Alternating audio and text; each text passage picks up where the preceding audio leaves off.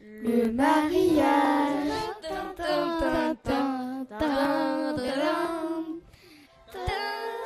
C'est le 11 octobre 1930 que Jeanne et Georges se sont mariés.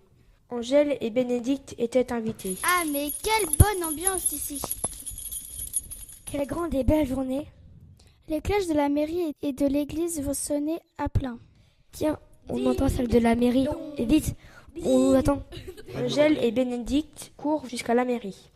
Angèle est habillée en costume. Elle a aussi emprunté un chapeau Panama à un ami, un peu farfelu, une sorte de savant original.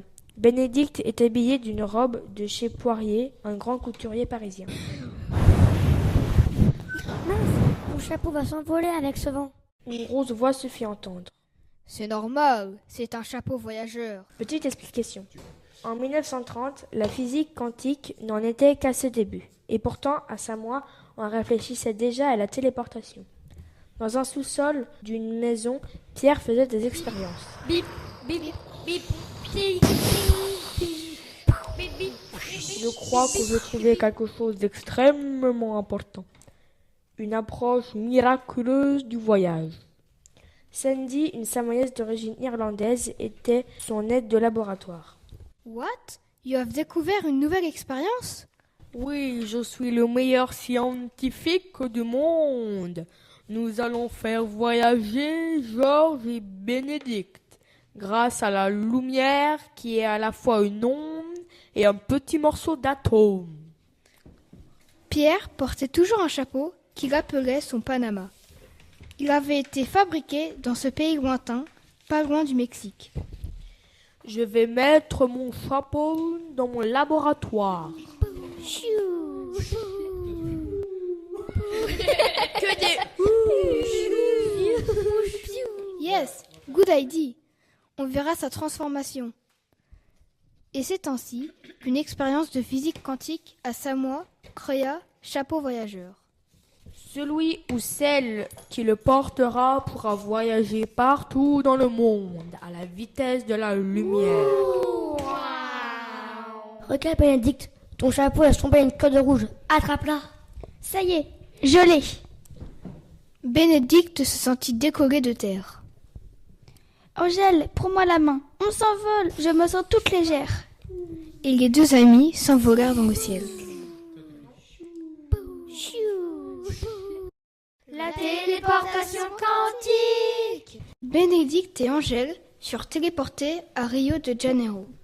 Mais Pierre et Sandy veillaient sur elles de l'intérieur du laboratoire. Quelle est cette ville? Si tu vas à Rio, n'oublie pas de monter en haut. Tu as la réponse. Mais comment est-ce possible? Vous avez été transporté à Rio. On dit téléporté chez les scientifiques. Et pourquoi nous? Parce que vous aviez mon chapeau. Et on fait quoi maintenant? Du tourisme? C'est des vacances? On a oublié les chips.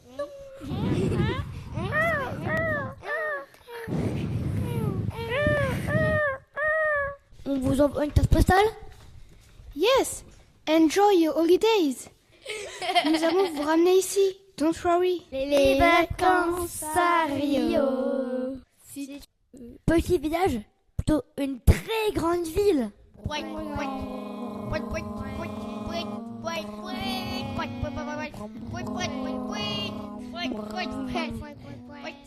Et quelle ambiance! Où allons-nous? Sur la plage? Mais pourquoi les paroles disaient « N'oublie pas de monter là-haut » Regarde, là, à droite, c'est une grande statue, on dirait le Christ. Allez, on y monte. Pendant ce temps-là, à Samoa. Mais où sont-elles arrivées?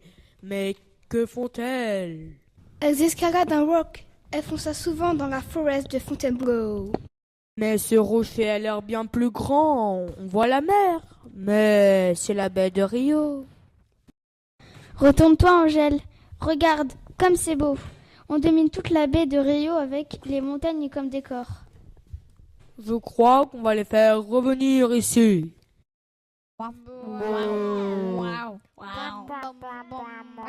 Je crois plutôt que c'est raté. séjour en Uruguay. Où sommes-nous? Le 13 juillet 1930. Où sommes-nous? En Uruguay. Et c'est le 4e but de l'équipe de France contre le Mexique. La France remporte cette rencontre. C'est la première Coupe du monde de football. Elle est organisée par l'Uruguay. Seulement 13 pays y participent. Et c'est l'Uruguay qui remporte la coupe. C'est formidable. On arrive juste quand la France gagne. Oui, mais on n'est pas qualifié pour le reste de la compétition. Quel dommage. Restons un peu pour visiter la capitale, Montevideo. C'est drôle. J'ai vu quelque part que 3 poètes français sont nés ici, à Montevideo. L'autre est Hamon, Jules Laforgue et Jules Supervieille. Alors, c'est un poète. Je caresse la map monde jusqu'à ce que sous mes longs doigts naissent des montagnes, des bois, des fleuves. Et je fonce avec eux vers l'océan vertigineux. On va se baigner? Comme c'est beau, alors fonçons vers l'océan. Et c'est ainsi que les deux copines se sont baignées en Uruguay, Amérique latine, à quelques kilomètres de l'Argentine. Je crois qu'on va les faire revenir ici. J'ai peur qu'elles se noient.